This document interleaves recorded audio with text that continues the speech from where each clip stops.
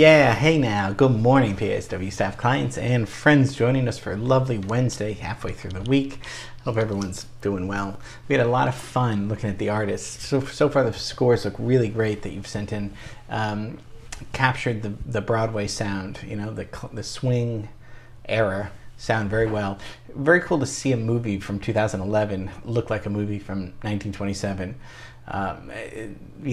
Just great. The lenses, the cameras, the effects, it was all used very, very effectively to look like an old movie, and it worked really well because, it won Best Picture. So that's kind of cool. And this is musical week, like I mentioned yesterday. We're going to revisit maybe two of the most famous musicals this week. We've done so many, and I can't fit them all in a week, but we may do more later.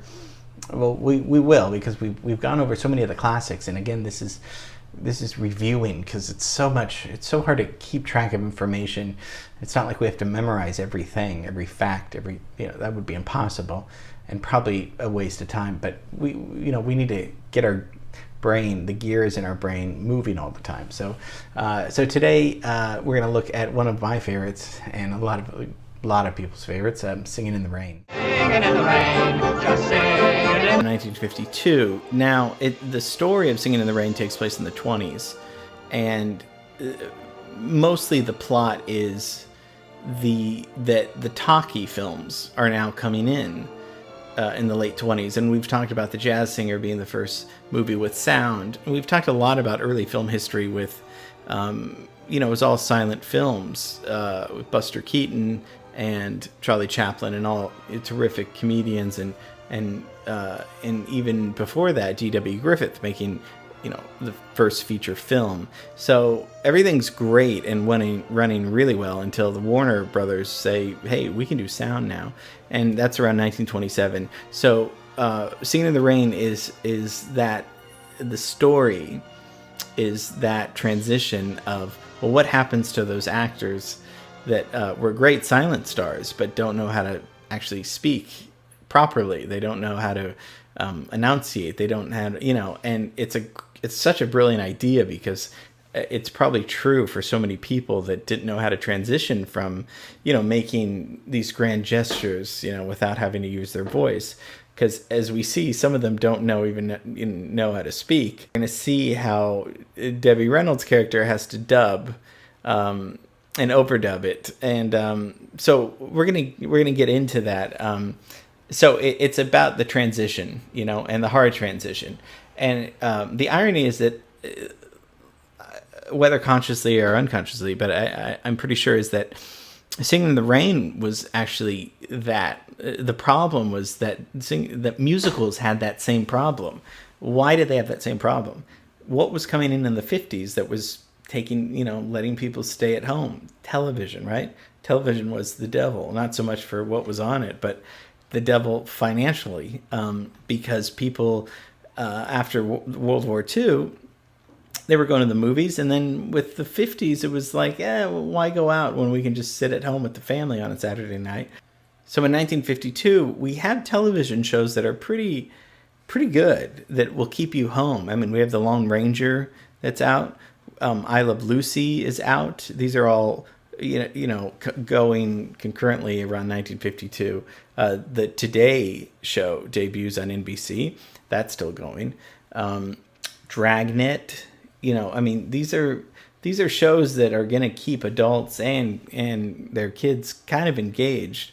American Bandstand is going to be coming out. So you have television here, and movies are kind of losing business, and especially musicals. Musicals were great in the 30s, 40s, but by the 50s, people that were interested in television were staying home, and then if they weren't into television, they were watching other movies. The African Queen came out that year with Bogart, and The Greatest Show on Earth came out. So those were not musicals, nothing like it. Those came out that year. So it was almost, the irony is that it was almost Singin' in the Rain was a commentary on the transition from silent films to talkies, just like in reality it was a transition from musicals to television. And So, so there's that. Probably, as we would all agree, what makes Singing in the Rain so great is obviously the cast, but in particular Gene Kelly. Gene Kelly's from Pittsburgh, wanted to be a baseball player, wasn't really into show business quite yet, and it was brilliant. He was going to be he was going to go into law. He studied economics, but we know him, of course, as an American actor, dancer, singer, filmmaker, comedian, and choreographer. He was known for having this energetic, athletic dancing style, and by athletic I mean it wasn't dainty dancing. It was, for lack of a better word, masculine dancing, in a way where, he wasn't like super slim like some of these other dancers that look like Tootsie Rolls up there or something.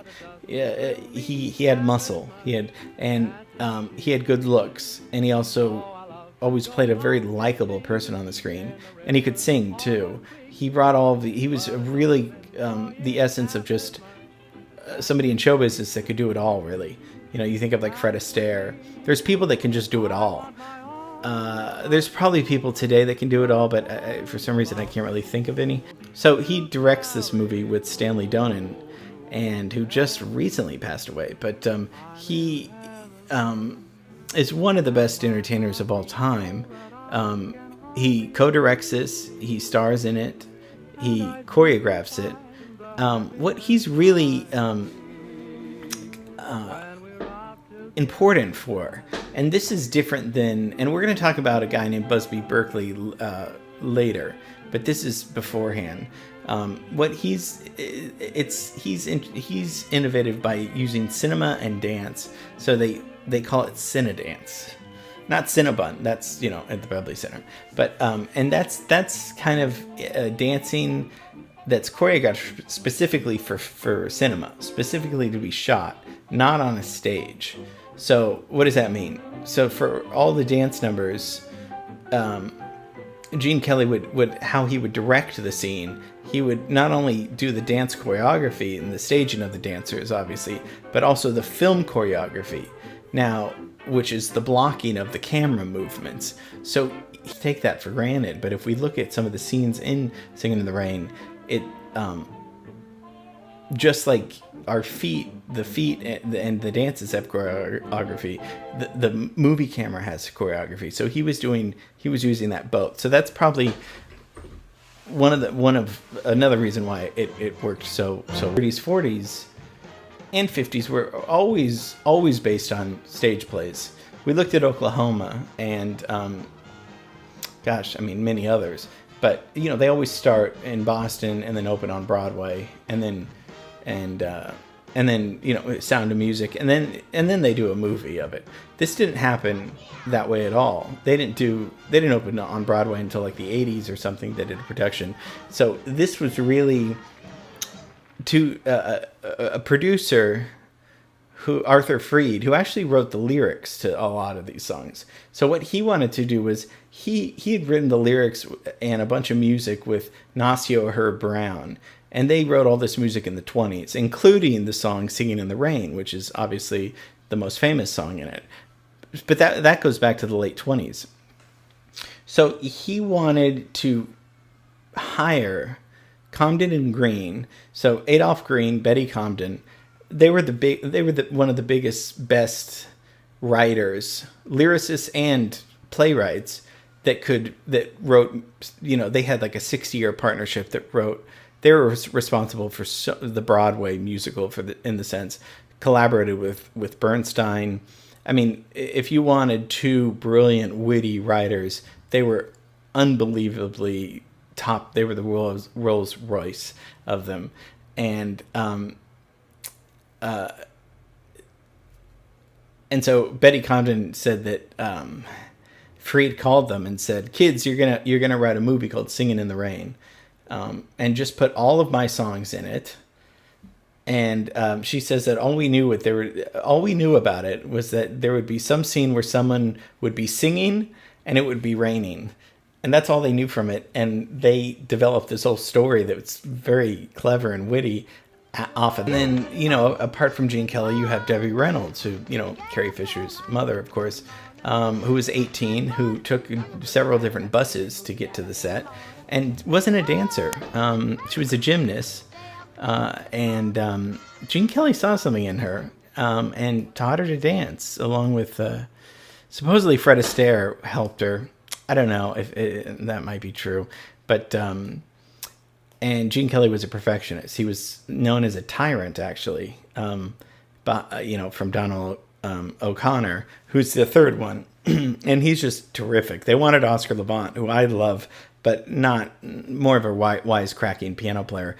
Where Donald O'Connor, I mean, if you just look at this scene, you need somebody that knows how to dance. Irony in it is that, many times, including today, I mean, all the times, I mean, with Umbrellas of Cherbourg, nobody's saying their, Catherine Deneuve, nobody used their real voice, Sound of Music, yes, I think so for the most part, but, in Oklahoma, but, if you wanted a big Broadway star in a show, or not Broadway star, if you wanted a big name actor in a show and they were singing, you would many times just dub them because maybe they were good, but mostly they were just actors. And, so in one scene, Debbie Reynolds' character is dubbing the voice of another character, Lena, who has this very irritating voice.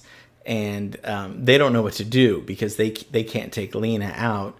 They need to keep her in, and then they come up with this idea. Well, what if Debbie Reynolds' character just dubs her so she sounds, sophisticated and well, reasonable. And then the song that Debbie Reynolds sings in real life was actually dubbed by somebody else, Betty Noyes, and so. I don't know if it's just all these layers of, they're doing commentary on dubbing, and then in real life they actually have to dub that. And so it's just, of course we can't not talk about the scene in the rain. It was supposed to be the three of them doing the famous Singin' in the Rain song, but it was just happened to be Gene Kelly, and it took about 6 days or so to shoot. And yes, he did have a 103-degree fever.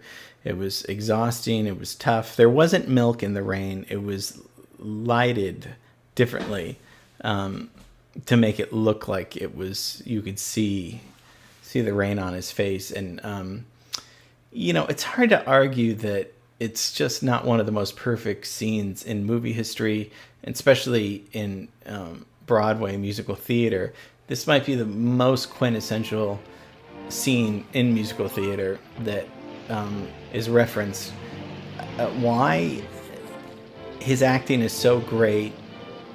We feel that happiness that he has. The song is so wonderful.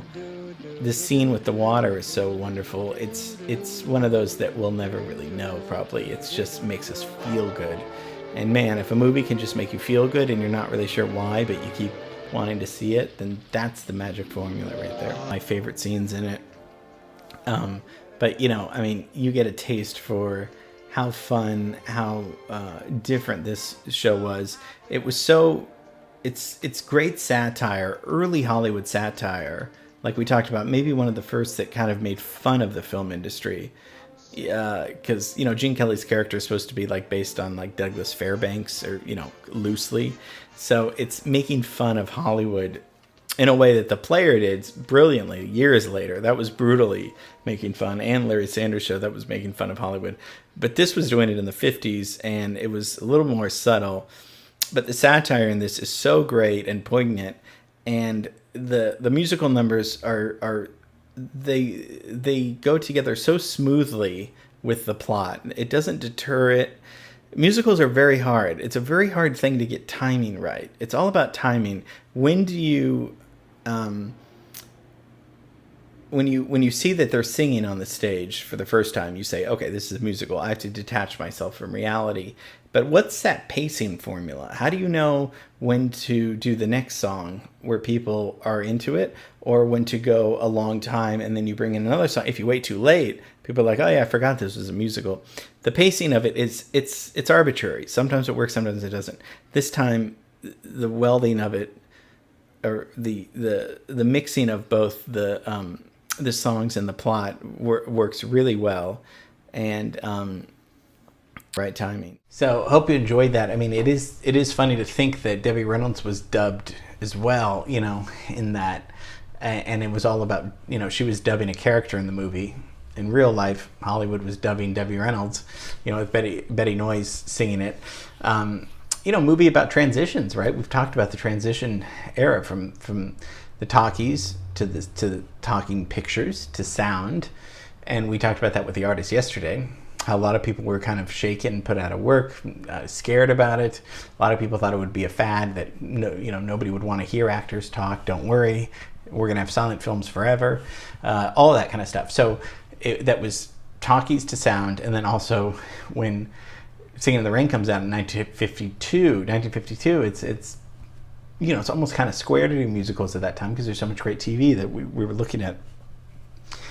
So all of these kind of things, and Gene Kelly just makes it so wonderful in this. And you know, it's just hard to think, not that we're here to ever come up with any solve of why that scene works so well, but it is a great song, Singin' in the Rain.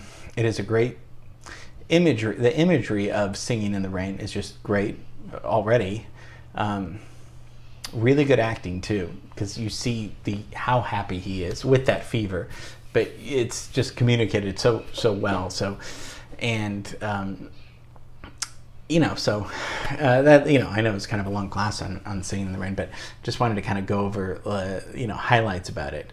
And funny that it was, you know, it was music written in the 1920s, and then because, you know, Arthur Freed was like, Comden Green, make me a musical, you know, and this was in the 1950s, and so it was all songs that had kind of been lying around, and he was like, now it's time to do a movie based on them. But you know, 30 years later or so, you know, a little less than 30 years later, so that's kind of interesting. Just that, yeah, it was kind of a musical for the first musical that wasn't really made on Broadway, or wasn't made on Broadway, and was made just specifically for a movie. And you see Gene Kelly's and Stanley Donen's great, brilliant direction of how to capture a musical on film, you know, because you just see it on stage in Broadway. But here it's like, how do you do that? And I did mention Busby Berkeley, and now that we know all about that, he was somebody that did that in the 1930s, where it was a musical, but it was more visual, about the visuals, right? But he took the audience into the theater. He took them into, it's like the Racine live show. So that's why he was so great. Okay, so that's Singin' in the Rain. Tomorrow we're going to look at another classic favorite, and I look forward to that. So have a great rest of the day. See you tomorrow. Okay, bye.